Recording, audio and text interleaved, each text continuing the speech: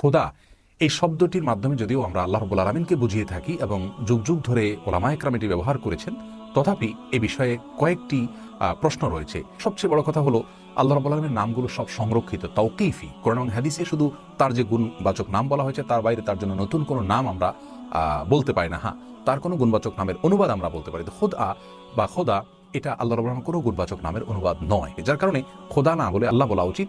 আল্লাহ রাব্বুল আলামিন বলেছেন ওয়ালিল্লাহিল আসমাউল হুসনা ফাদউহু বিহা। আল্লাহ রাব্বুল আলামিনের অনেকগুলো সুন্দর গুণবাচক নাম রয়েছে, সেগুলো দিয়ে আল্লাহকে ডাকো। অতএব খোদা না বলে আমরা আল্লাহ বলবো বা অন্যগুলো বলবো, এটা উত্তম হবে। আর আল্লাহ হাফেজ শব্দের অর্থ হলো আল্লাহ সংরক্ষণকারী, আল্লাহ হেফাজতকারী। অর্থের দিক থেকে এটি সন্দেহাতীতভাবে ভালো। সে সাথে ফি আমানিল্লাহ এর অর্থ হলো আল্লাহর নিরাপত্তায়, অর্থাৎ আল্লাহর নিরাপত্তায় তোমাকে দিয়েছি। এই কথাগুলো ভালো, মৌলিকভাবে মন্দ কিছু নয়। তবে একজন মুসলিম তার প্রতিটি চলনে বলনে উঠা বসায় যদি নবী আলাইহিস সালামের সুন্নাহকে, তার বাতানো পদ্ধতিকে অবলম্বন করে কাজটা করেন, তাহলে সেটি ইবাদতে পরিগণিত হয়। অতএব আল্লাহ হাফেজ বলা বা ফি আমানিল্লাহ বলে বিদায় দেওয়া এটি জায়েজ, কিন্তু উত্তম হলো সুন্নাহসম্মতভাবে বিদায় দিয়ে আস্তাগফিরুল্লাহ দীনাক বলা।